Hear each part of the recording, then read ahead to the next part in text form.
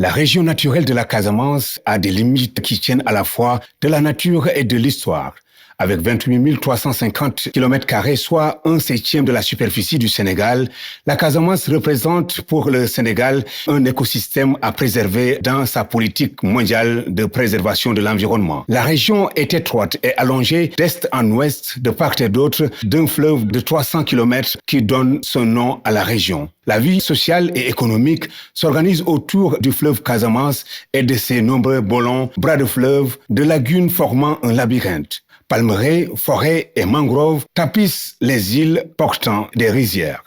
Jolujal Kaza, Jolujuk Kaza. Jolujal Kaza, Jolujuk Kaza.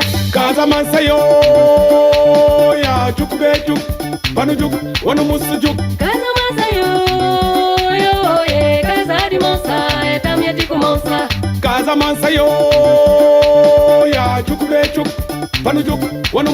La Casamance naturelle, constituée des régions administratives de Kolda, Sédhiou et Ziguinchor, principal poumon vert du Sénégal, regorge d'une biodiversité qui tend à disparaître sous l'effet combiné du changement climatique et des multiples agressions de l'homme. Dans le cadre du projet Terra Africa qui favorise l'appropriation des enjeux du changement climatique par les médias afin qu'ils participent au développement d'une citoyenneté environnementale individuelle et collective, 2 zones ont été particulièrement ciblées dans ce reportage de Zik FM Zik TV.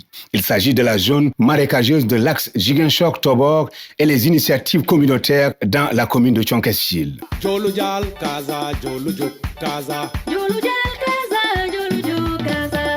Kaza Mansayo, ya Chukbejuk, Panujuk, Wanamusujuk. Kaza Mansayo, yo, ye, Kaza di Monsa, etamieti kumonsa. Kaza Mansayo. Forêt dense composée de caïcédra, fromager, mampat et talis alternent avec palmeraies sur les plateaux. Les rives du fleuve et des marigots sont le domaine de la mangrove composée de petites forêts, galeries de paludiviers. Soucieux de la conservation des ressources halieutiques qui ne cessent de se raréfier, l'État du Sénégal a pris les devants. C'est à partir du congrès des parcs nationaux tenu à Durban, c'est en Afrique du Sud, en 2003, que vraiment les acteurs ont fait des constats au niveau des pays qui sont au niveau du littoral. Ils ont constaté qu'une surexploitation de la ressource halieutique. Donc cette surexploitation, surpêche, qui a entraîné beaucoup de conséquences. Parce on voit qu'il y a les débarquements de poissons, surtout des ressources halieutiques, sont très faibles. Et donc par conséquent, les revenus sont également devenus très faibles. Maintenant, à l'issue de ce congrès, il y a des recommandations qui ont été vraiment données.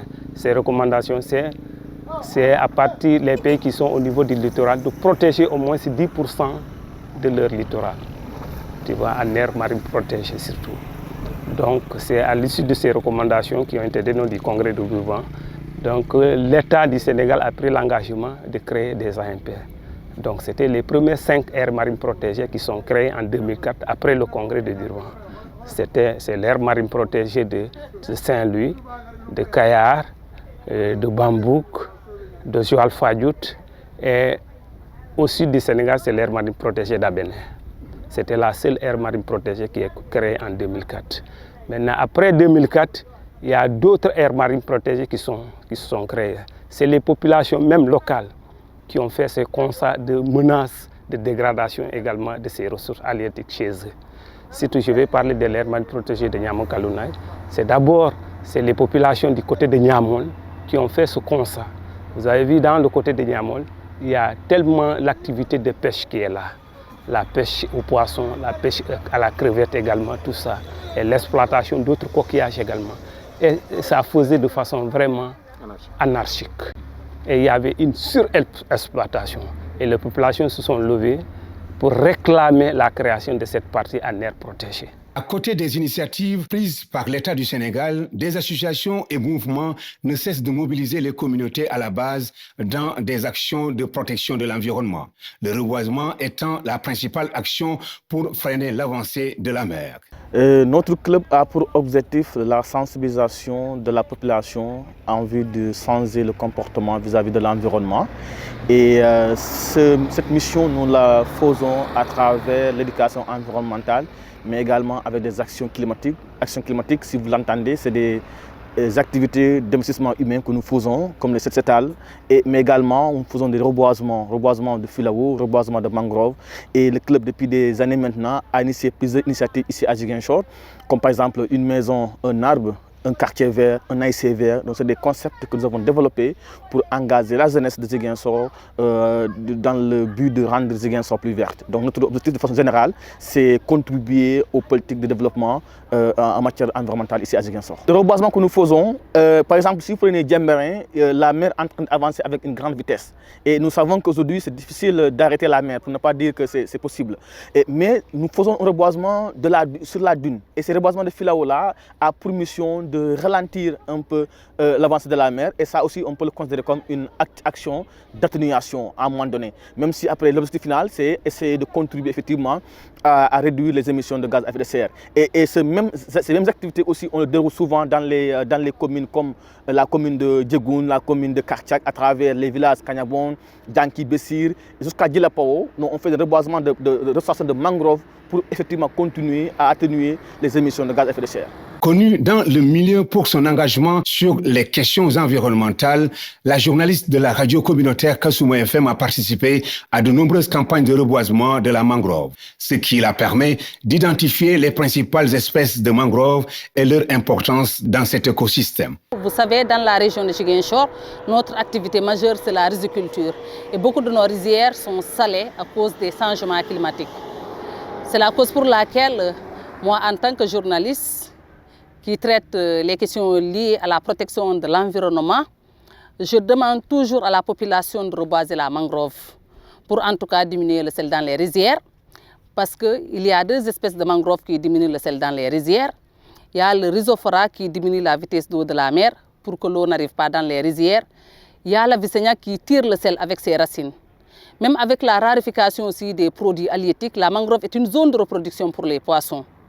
Il y a une économie qui tourne autour de la mangrove. Il y a les huîtres, le miel de la mangrove est plus cher que le miel de la brousse. Les oiseaux d'eau aussi se nourrissent là-bas.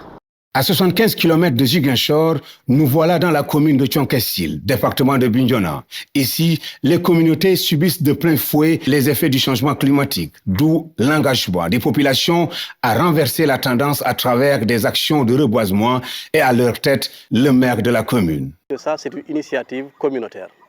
Une initiative communautaire qui rentre dans le cadre au moins du budget participatif, mais en vue de lutter contre le réchauffement, la menace que constitue le réchauffement climatique. L'année passée, le projet a réussi à planter 1000 espèces cocotiers et palmiers sur les artères de la commune. Cela au moins permet d'intéresser les communautés au projet. Donc si eux-mêmes s'approprient le projet, nous avons compris que lorsque les communautés s'approprient leur propre projet, parce que la naissance du projet, il faut le dire, ça vient des communautés. Lorsque ça vient des communautés, c'est eux-mêmes qui entretiennent le projet. C'est ce que vous voyez comme ça, parce que tout le monde est sorti. Il y a plein de gens aussi qui sont sortis pour accompagner ce projet. Donc dans la plantation, mais aussi dans l'entretien. Donc il faut le dire que c'est quand même un projet très important dans le cadre un peu de l'aspect crédit carbone. Donc ça permet de régénérer, de maintenir notre espace vert. Ça permet de régénérer l'écosystème. C'est aussi très important.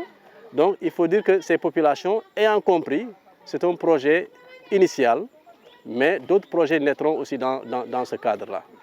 Ça, ce n'est qu'un projet initial. Mais en réalité, dans le cadre du projet Thionkessil Ville Verte, nous commençons d'abord petit à petit, c'est-à-dire par la réalisation de ces plantations de cocotiers et de palmiers, mais nous avons aussi d'autres perspectives dans le cadre de la protection de la mangrove en termes de digues de protection, mais aussi dans la reforestation avec des espèces sauvages qui sont en cours, n'est-ce pas, de disparition. Face à l'ampleur de la situation, des communautés se mobilisent pour apporter des solutions d'adaptation ou d'atténuation des effets du changement climatique. Quelles sont les solutions mises en place pour faire face à la raréfaction des ressources halieutiques et à la dégradation de l'environnement dans les deux localités cibles? C'est ce que nous allons voir dans cette seconde partie consacrée au journalisme de solutions initié par CFI dans le cadre du projet Terra Africa. Jolu jal kaza jolu juk kaza. Jolu jal kaza, jolu juk kaza. Kaza mansayo ya juk be juk. Banu juk, wanu musu juk. Kaza masayo, yo ye kaza di monsa, etamieti kumonsa. Kaza mansayo ya juk be juk. Banu juk, wanu musu juk. Les communautés Diola de la Casamance ont été depuis longtemps de grands exploitants des ressources halieutiques. Les femmes principales actrices de l'économie maritime tiraient principalement leurs revenus de cette activité lourdement impactée par les changements climatiques. Le PAMES, c'était un centre de formation des jeunes pêcheurs. Parce qu'il y a un projet qu'on appelle, je pense, PAMECAS, en collaboration avec la LBA. Qui a organisé un centre ici pour la formation des jeunes, formation-insertion.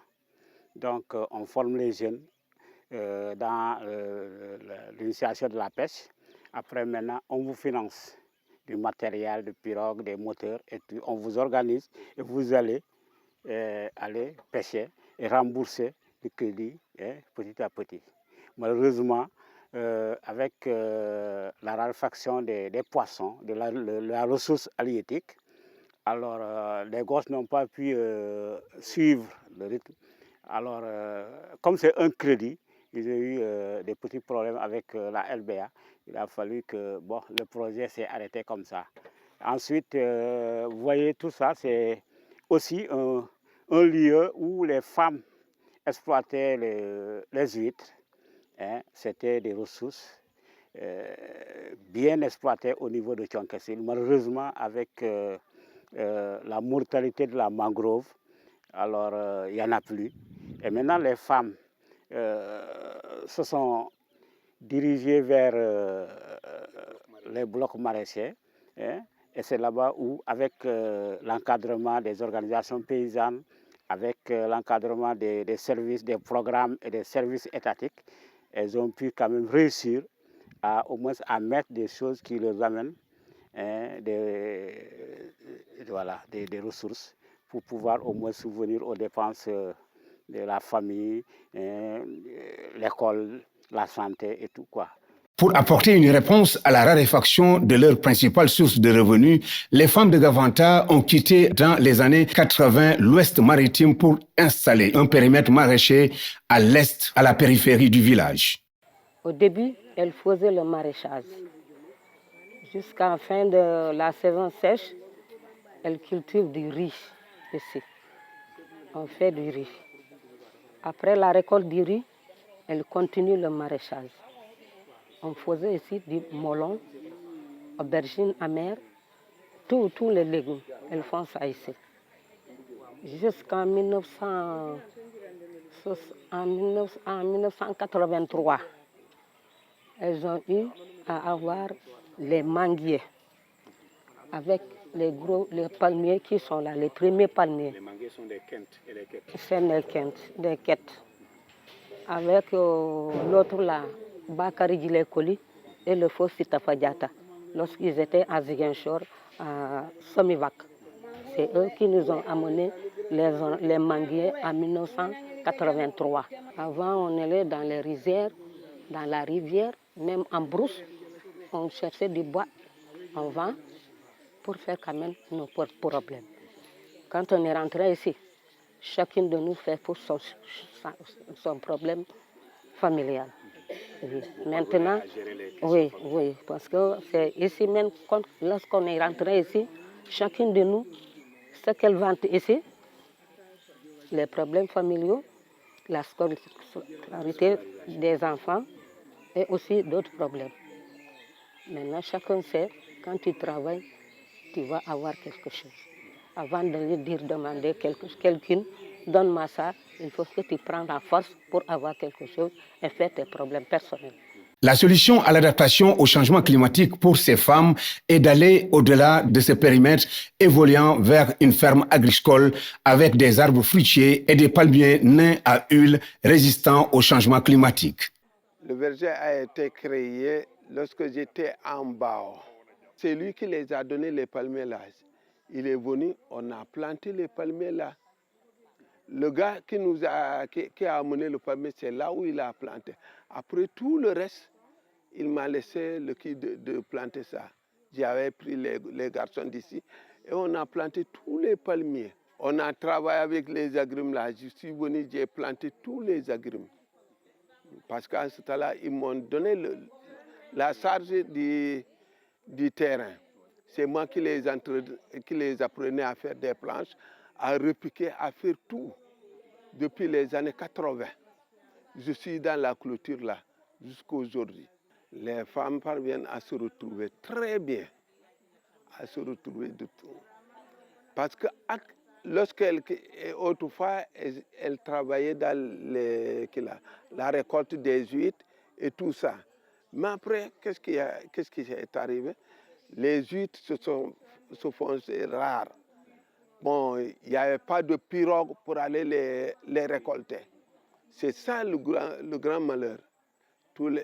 Actuellement, il n'y a pas de gars pour préparer les pirogues. Les pirogues se faisaient rares. Et j'étais obligé de venir ici, dans le jardin, avec la palmerella, où elles gagnent énormément. Parce qu'elles font un bon salaire avec la palmerella. Oui, c'était très bien, ça s'est bien passé ici, avec la palmerella. À Kamanar, un autre quartier de la commune de Thionkessil, le phénomène de la salinisation des rizières reste une menace sur les rendements rizicoles. Avec la destruction du pont en bois qui assurait l'accès aux rizières, mais également l'interdiction de la coupe de bois dans la forêt de Thionkessil, les populations ont trouvé la solution dans l'érection d'une digue anti-sel multifonctionnelle. Bon, le premier objectif, c'est la facilitation de l'accès dans les rizières. Donc ça, c'était le premier objectif. Mais en réalité, en construisant cette digue, on savait qu'il y avait déjà d'autres choses qui peuvent se greffer là-dedans, telles que l'arrêt de l'avancée de la langue salée et la protection de cette jeune mangrove qu'on a reboisée ces années-ci. Donc ça fait partie. Et comme vous avez constaté, il y a dans cette digue-là, il y a des poissons. Donc il y a beaucoup de choses qui se sont greffées dans la construction de cette digue. Donc on a constaté que les rizières sont en train de se détériorer petit à petit, tout simplement lié au phénomène de la salinisation. Donc comme vous voyez aujourd'hui, cette digue-là est en train de protéger ces rizières. Donc les gens ont bien réfléchi, on a beaucoup partagé. Et même ça a été consigné dans un livre où vous pouvez exploiter pour voir, comme l'a dit mon frère, tous les projets que les gens ont retenus. Ouais. Donc cette digue-là fait partie de ces choses qui viennent corriger beaucoup de choses qu'on est en train de vivre. Vous-même, vous avez vu ces rizières-là qui ont commencé à disparaître. La volonté d'atteindre des productions agricoles capables d'assurer une alimentation annuelle en riz à chaque famille de la commune pousse les communautés à mettre en place des solutions endogènes, une manière de conscientiser les populations sur l'impérieuse nécessité de protéger l'environnement. Elle permet l'accès facile aux rizières parce que, comme je l'ai dit, c'est d'abord une population agricole. Donc les femmes qui vont fréquenter les rizières et les hommes avaient des difficultés. Vous avez vu l'ancienne piste. C'est pourquoi on l'a déplacé ici. En plus de ça aussi, ça va lutter contre l'avancée de la langue salée vers les rizières. C'est très important. Donc il y a un double rôle, un double de développement agricole et un autre côté pour préserver l'environnement des rizières. D'abord, c'est une solution pour nous. Parce qu'on dit, avant de demander, il faut d'abord commencer toi-même. Donc nous n'avons pas attendu l'État ou un partenaire. on a mobilisé nos propres moyens, énergie, finance, tout engagement, mobilisation, sensibilisation pour réaliser ça avec nos propres mains. Ouais. Maintenant, on ne peut pas travailler, nous sommes dans un état sans un appui. C'est pourquoi la visite du maire aujourd'hui, nous en profitons pour l'interpeller. Oui, qu'il n'a qu'à nous aider à avoir des partenaires. Parce qu'il y a d'autres projets qui vont venir. Et à un certain niveau, l'effort physique ne pourra pas faire. Il faut une mécanisation. Ces solutions manuelles, mais très efficaces, ne peuvent être pérennes sans l'engagement de l'État. C'est tout le sens de la visite du premier magistrat de la ville, venu constater de visu cette infrastructure. Oui, ce n'est pas une surprise, ce n'est pas une première non plus. Donc le quartier de Kamanar, avec sa communauté, a toujours été un exemple d'engagement communautaire, un exemple à suivre par les autres quartiers dans la commune de Thionck-Essyl. Ils ont d'abord, l'année passée, passé à la réalisation d'un pont flottant, ce qui a été vraiment un ouvrage innovant qui a permis de remplacer les anciens ponts qui n'étaient pas assez sécurisés. Donc là, vraiment, c'est une initiative à saluer et c'est une initiative communautaire qui a été investie à plus de 4 millions, si je me trompe. Alors, si cette année aussi, ils reviennent dans le même sillage pour enfin réaliser une digue. Cette digue-là, quand même, qui a une double fonction. Donc la première fonction est une fonction d'accès. C'est ce que généralement les populations peuvent voir. Une fonction d'accès parce que nos rizières, par endroits, ont des difficultés. Nous rencontrons des difficultés d'accès. Les populations rencontrent en fait des difficultés d'accès dans les rizières. Donc ce qui fait qu'en réalisant cette digue, elle va permettre d'abord, elle va servir d'abord d'un point de passage, mais aussi cette digue va contribuer, n'est-ce pas, à l'arrêt de l'avancée du sel. Donc ce qui va d'abord avoir, n'est-ce pas, une seconde fonction, c'est une fonction de protection. Et tout cela combiné rentre toujours dans le même cadre de la lutte contre vraiment la dégradation des sols, mais aussi ça contribue de beaucoup à comment ça s'appelle encore, à la régénération de l'écosystème au niveau même, n'est-ce pas, de la mangrove. Parce que ces rizières, si vous les voyez bien, sont situées pratiquement dans la zone mangrove. Et c'est des rizières très productives. Donc pour encourager les populations dans l'agriculture, dans la riziculture principalement, je crois qu'il faut revenir sur ces réalisations pareilles. Partout en Casamance, des initiatives sont prises pour apporter une solution d'adaptation ou d'atténuation aux effets du changement climatique.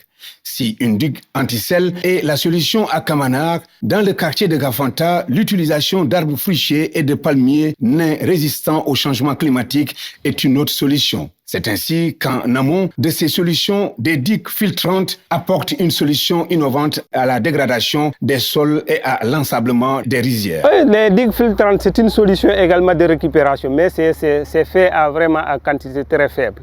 Parce que c'est vrai, c'est un projet qui nous appuie. Et puis, le nombre par rapport à le besoin qui est là, on a vu vraiment que c'est très faible. Mais quand même, ça réduit à un pourcentage vraiment très important à l'ensablement au niveau des mangroves, même au niveau des rizières. Surtout au niveau des vasières de la mangrove. Nous, vraiment, on a vu le résultat vraiment escompté, probant, qui nous a permis vraiment au niveau de certaines parties des vasiers de mangrove, il y a moins d'ensablement et puis la mangrove se développe très bien. Oui, parce que les AMP, c'est tout simple, parce que la plupart des gens pensent que les AMP, c'est uniquement la mer.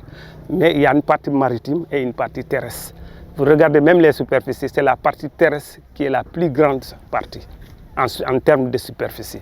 Donc c'est pour cela qu'on mène beaucoup d'activités au niveau de la partie terrestre que la partie maritime. Donc toutes ces solutions, ces activités réunies, que ce soit la partie terrestre et la partie maritime, ça permet vraiment de restaurer et de faire revenir la ressource comme on le veut vraiment. Face à un environnement agressé de partout, le changement climatique et ses effets ne cessent de rendre aux humains une mauvaise monnaie de leurs pièces. Avec la disparition progressive de leurs sources de revenus, des terres infertiles et des rizières occupées par le sel, la raréfaction des ressources forestières et halieutiques, l'État, les associations, les mouvements et organisations se mobilisent pour apporter des solutions d'adaptation ou d'atténuation. C'est le cas de l'association Nous sommes la solution qui fabrique l'engrais bio pour augmenter les rendements et la productivité des agriculteurs, mais également permet à ces derniers de régénérer les espaces, récupérer des terres infertiles et des rizières colonisées par le sel.